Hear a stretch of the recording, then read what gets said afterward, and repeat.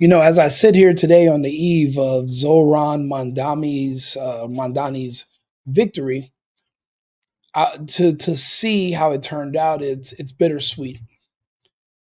Yes, I understand that he is anti-American. His policies are bad for business, and in America is business first. However, to watch the Zionists get their asses handed to them, literally, in a way as a breath of fresh air, especially after what we've seen them do publicly to Charlie Kirk. Now, I'm not here to debate that with you. We've already came up with our conclusions. It is what it is. We're not asking questions anymore. If it looks like a duck and it walks like a duck, it's a duck. In the United States, motive alone is enough to get a conviction. I don't need anybody to verify anything for me. It is what it is. So, people keep calling me and talking about, because half my family's Muslim. I grew up going to a mosque. I also grew up Christian, but this is America where we've passed that. Somebody could worship a literal imaginary sea creature at the bottom of the ocean for all we care, as long as you don't affect our money. We need to do business as usual. Mamdani literally wants to throw a monkey wrench in the machine, destroy the engine, and we just gonna walk. He's not gonna build a new engine. He's not gonna come up with nothing new to help us get further. He's just gonna destroy the current engine, and now we're just on foot. Now, for poor people that are already on foot, who don't want to work, who have no aspirations, no ambition, that's music to their ears, because they've always been made to feel insecure by looking at people who had drive and ambition. Someone who's a bum or a loser, they're definitely going to hate you. They don't like even looking at you. They don't want you to be around, and they blame any of their problems on you, nothing on themselves, which, okay, that's fine. But now we've actually emboldened this person, gave him power. Right now, I'm looking at the New York Jewish organizations, and they're talking about how they're going to hold him fully accountable.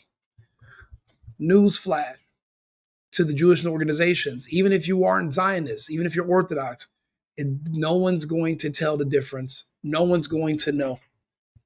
See, when they say that Zohra Mamdani is anti-white, he's anti-Jewish. He's anti-Zionist. So now people are going to be a little bit more specific. We're at day one, and already this morning the swastikas are going up. What that means is that the enforcement, the mechanism of law and order that once protected you, he's going to gut it. He's gutting law enforcement. You thought defund the police was bad in 2020 in California. That's not good. They will have nothing on what's coming in New York City. My advice to you, if you're Zionist aligned, if you're Orthodox, if you're from that background, is to run. Now, you can stay there and don't listen to Rico, and you can get your head knocked off every single day, because they will. These are poor people who don't have to worry about police. And if they're arrested, they are going to get a no cash bail and immediately release. And they're going to come back to your neighborhoods, and they're going to go back upside your head. And there ain't a goddamn thing you can do about it, because you voted against having the self-defense laws and guns years ago. You fell into a trap. You fell on your own sword. These people are coming. This is a communist revolution. See, people don't say, "Oh, I don't like Mamdani because he's a Muslim." Nobody gives a shit about that. We don't like him because he's a communist. The communists are bad for business.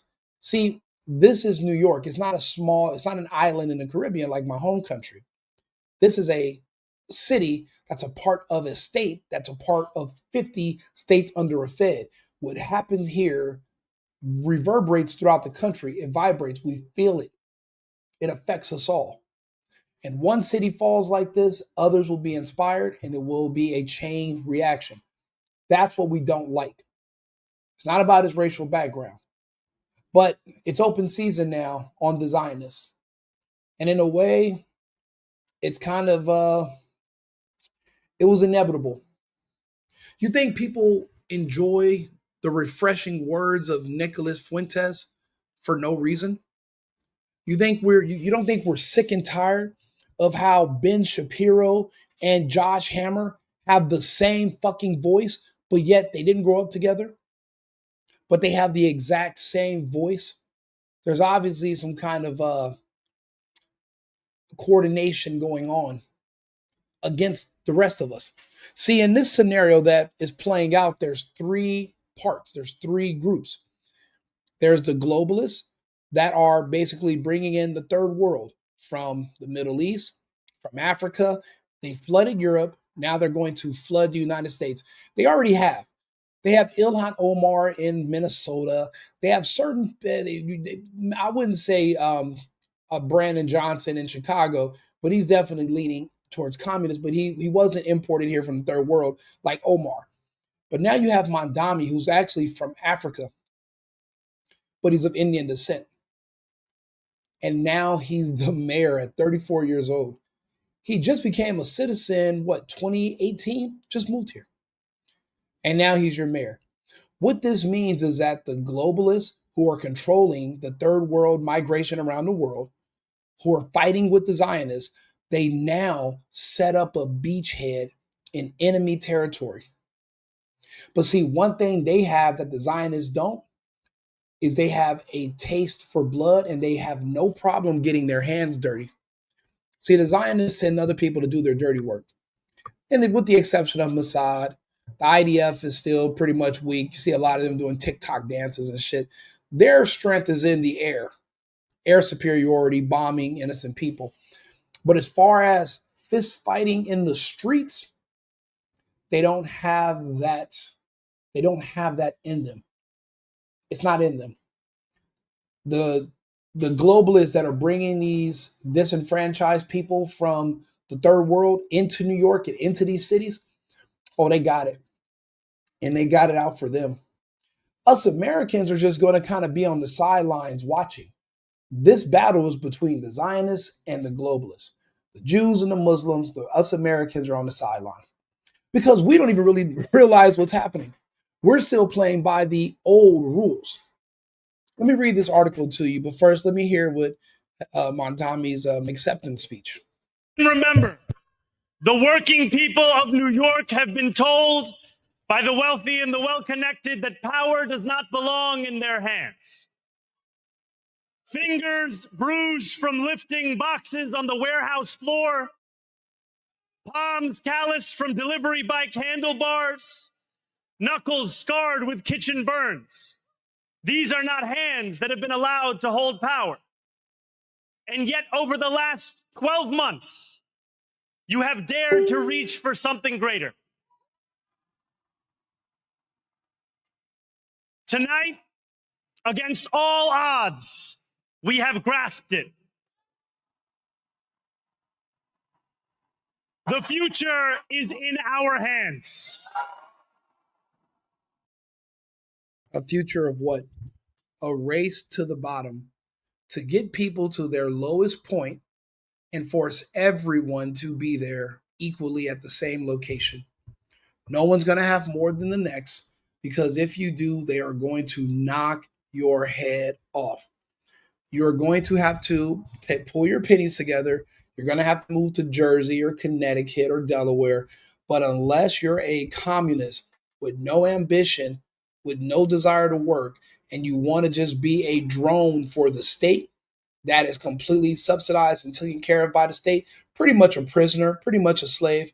When you go to prison, the warden is the state. He gives you a place to live.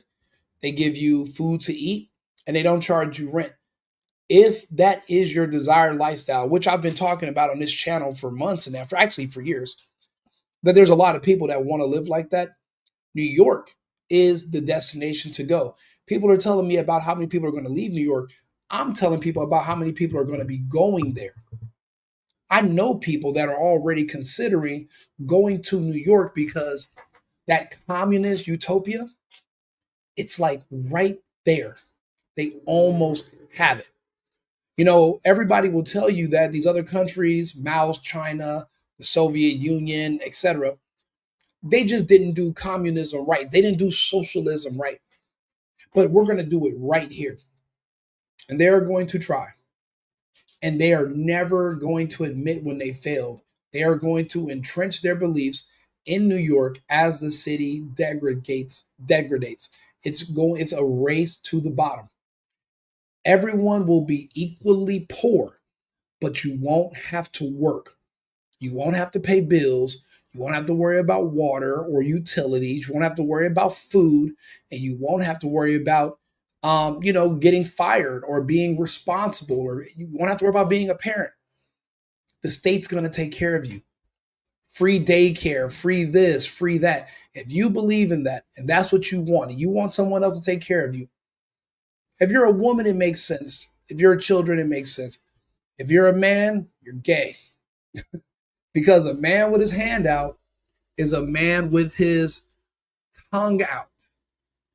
And yeah, if you want some free stuff, put something on that tongue. That's how it works with the state. They're going to put something on your tongue. Nothing is free at all. Looking for free stuff is where you are going to meet your downfall. So yeah, Mamdani is promising this, and these Jewish organizations are not too happy. Let me let him finish just another minute of this of his speech. My friends, we have toppled a political dynasty.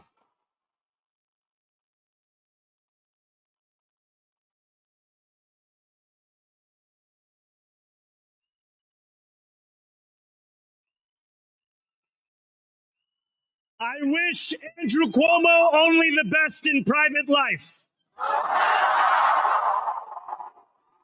But let tonight be the final time I utter his name. I mean, fuck Cuomo. Remember all those seniors? Remember Donald Trump sent the USS, was it the Liberty, into New York Harbor, and they set up 15,000 beds.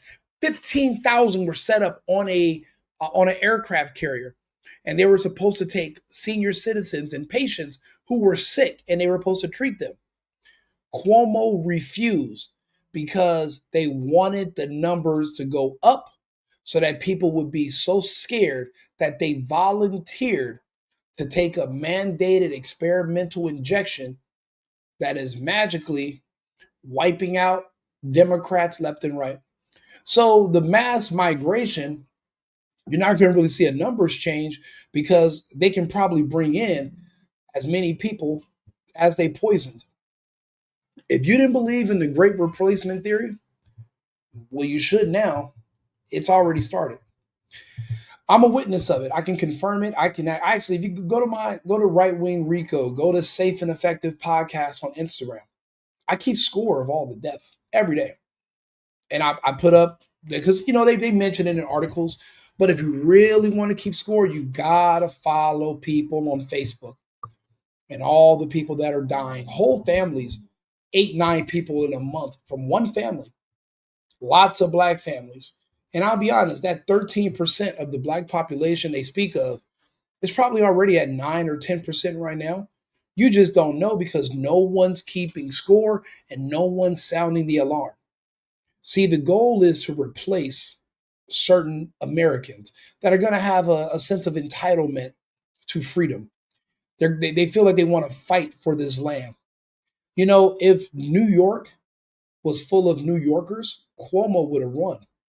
It's just that only 38% of the people in New York City are actually Americans from the city, from New York or from the United States. The other majority, all immigrants. So whatever you immigrated to the United States to find, you're not going to find it. Whatever you left has already found you. So, in my opinion, that defeats the purpose. But go off. I don't have to live in New York, so I don't really have a dog in the fight. I just know that this bottom line. Now, don't get me wrong. I'm selling 2 properties in Texas right now.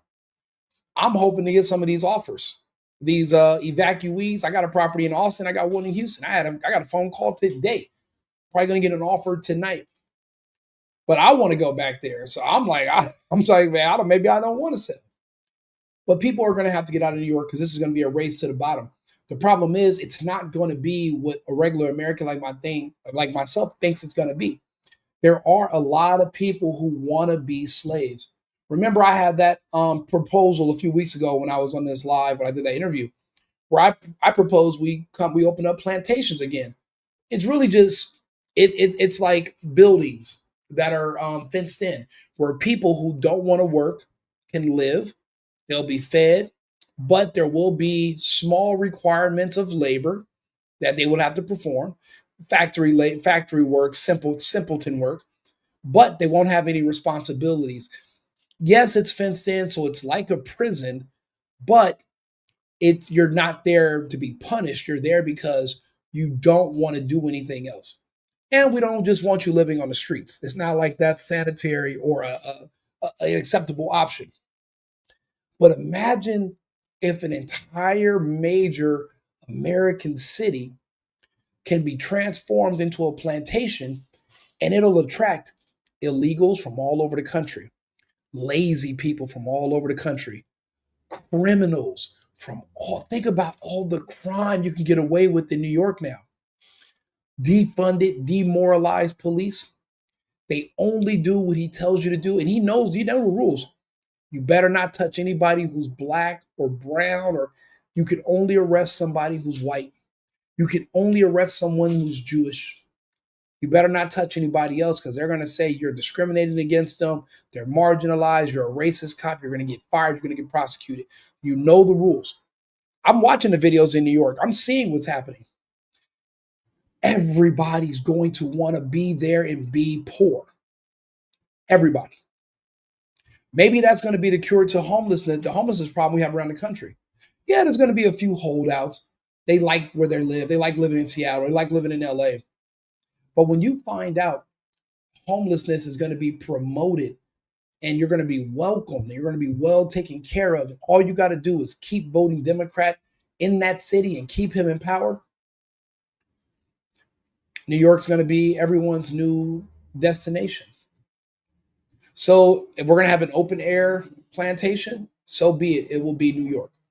Good for us. Now we have somewhere to send people, and we're not just putting people on buses and sending them to downtown LA. And that's how we're solving the homeless problem in our different municipalities around the country. A race to the very bottom. Like I said, the crime you'll be able to get away with over there, it's literally going to be the movie Escape from New York. I say that not as being prophetic, but just saying when you don't have police and you have a bunch of people who are poor, who are literally targeting people who have a little bit more money than them, but this is a communist takeover. Why do you think everybody in Miami's white Cuban, but everyone in Cuba is black? See, they got to get rid of the people. They're going to tell you that the cure to racism is communism. So the fair-skinned people who want to work, you got to get rid of them. If you don't leave New York, they are going to go upside your head every single day. Get used to it. No one's coming. Calling somebody an anti-Semite, it's just going to tickle them before they punch you in your face. Calling somebody a anti-this or pro that, they're just going to laugh as they insert foot inside of said keister. All the whole using words as weapons and insults. How do you get a person fired who lives in New York and it doesn't work? They've never had a job. They've lived off the state and they live off of benefits their entire life. You can't cancel them. There's nothing to cancel. You can't fire them. They don't work anywhere. There's nothing and what police you're going to tell against them? How's that investigation going to turn out? Oh, like the investigations in Los Angeles for all the murders happening, like the LAPD ones, they've defunded the police. The police told you don't even come to California. It's the purge out here, except the purge is only 24 hours. But in California, this is going to be for the foreseeable future. We can't protect you. Don't come here. A lot of these police departments, the investigation divisions that would go out and try to solve these, they've already been cut out. There's no one there to do the crimes. They can't even check the rape kits anymore. And you think you're going to be able to call the police for help in New York You can't even call them in LA. And we haven't even had a full communist takeover yet. And you think you're going to be able to call the police after this? Who's even still going to want to be a police officer after this? They're going to replace them with social workers. So after you call them an anti-Semite and they kick your ass, and the social worker shows up, the social worker's ass is going to get kicked too. Then where do you go? None of this is super hard to figure out where this is going to go, but I hope it goes there. Because I'll be honest, have the Zionists done us that good? The Zionists have been in charge of the United States and of these cities. We've been to their will. We've attacked Iran. We invaded Iraq. We attacked Syria. We attacked Libya. The Zionists have us doing everything. But what good has that done for the American people? What good has it done for an American like myself? What are the benefits that Zionists have done for me? So why should I care that they're being replaced by the globalist Muslims? So we're exchanging one set of people who treat us like shit, who don't appreciate Americans and don't like us, with just a new group. This is the enemy we don't know, and we're replacing it for the enemy that we also don't know. We know the Zionists, we know them, but we don't know what the globalist plans for. Now, I know what they've told us, which is transhumanism, lockdowns and all this. Yeah, the globalists have plans for us by 2030. And I used to always say, I don't understand how the Zionist plans fit in with this. I know they work together to push the vaccine, but I always kept asking, so what happens if this succeeds? Because there can only be one leader at the top. Did you guys really go through all this trouble just to be number two? So who's going to be number one? And they're answering the question right now. As of right now, the globalists are going to win. The globalists will defeat the Zionists. I knew the Zionists were in trouble when they felt they needed to do that to Charlie Kirk. That's when I knew that they were in fucking trouble. There was trouble in paradise, because to do something so extreme and expose yourself, something so risky, it just doesn't make any sense. But this is a war, and they thought they had to do that so that they can keep fighting in the war. Because now he was going to turn his audience against them, because he had already had an aha moment, saw the truth, and turned on them already. So I can't feel sorry for these Zionists and Jewish groups in New York. I can't feel sorry for them. It's not in me, because the truth came out. And then I'm watching Ben Shapiro and Hammer, and they're talking about Fuentes. Fuentes, that's the least of your problems. You got the globalists and the Muslims coming over here to apply belt to ass. Fuentes is not that's the least of your problems. The least of it. So also Mamdani says that tonight the quiet normalization. No, actually, this is what this New York Jewish organization said. Tonight, the quiet normalization of anti-Semitism just got very loud. For years, Mayor-elect Mamdani's activism was steeped in coded language about Jews, performative boycotts, exclusions, overt hostility towards Israel. Sarah Foreman, the director of the New York Solidarity Network, said, "Lady, all that is about to go up 50-fold. You are wasting time typing this message when you should be spending your time packing. All of you should be packing. You're sitting here grumbling and upset. What's going to happen when you come across a lesbian Black woman who wants a piece of your ass because they've hated you for years, but you've had law enforcement to protect you? What are you going to do? Or when someone, a newcomer to the country, been here 8 months, but they're Libyan, or they are from Iraq, or they're Afghani. There's so many people that have so many qualms with the Zionists. When you come across them, or when they decide to just start coming into your neighborhood in broad daylight and you can't defend yourself, what are you going to do?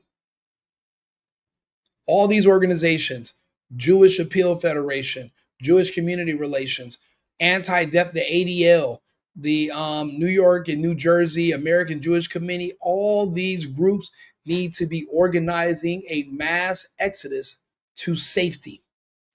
If they don't, they are in for a fight that they are not going to win. And I don't even think Trump's going to send a military in to save them. Or he would have by now. Trump knew he's a communist, but unfortunately, Republicans are weak. All of them. MAGA Republicans have a little bit more edge, but for the most part, they're just speed bumps for Democrats. But with the globalists coming in, they don't even need global. They don't need Democrats no more. If they bring enough of the third world in, now American voters become disenfranchised. They become the minority. And never forget this: the poors, the homeless, all these people that want free stuff, they are going to support the globalists to the fullest. And the globalists don't have to be Democrat or Republican. They're the people coming in from the third world. They're the Mandamis. They are the invaders. Now, eventually, there's going to be a head-on collision. And since they're the ones that are holding power and they're going to be the ones with the weapons and with the police behind them, I'm not sure what a regular American is going to be able to do. But I know this much. All these Jewish groups that are talking about how they're going to try to hold him accountable, this is a sign that somebody's holding at an event for Mamdani yesterday. Palestinian flags, and they have a sign that says Israel has the right to go to hell. They're not talking about Zionists, they're not talking about Jews, they're talking about this one particular country. The anger is sky high. It's not going to get any better. It's now been solidified. They are emboldened, and it will continue. There will be other people who are going to move to the United States from Africa, from the Middle East. They are going to run for office, and they are going to win because they are going to offer to give away your public money for their support.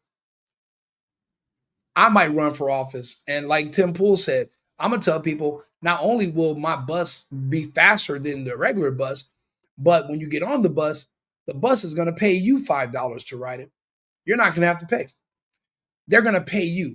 Matter of fact, $5 per mile that you get on the bus, you get $5 a mile. We're going to put it into your account. I'm going to set up a UBI system. It just automatically gets credited to you. You think people are going to be reluctant to do digital ID, UBI, mass surveillance?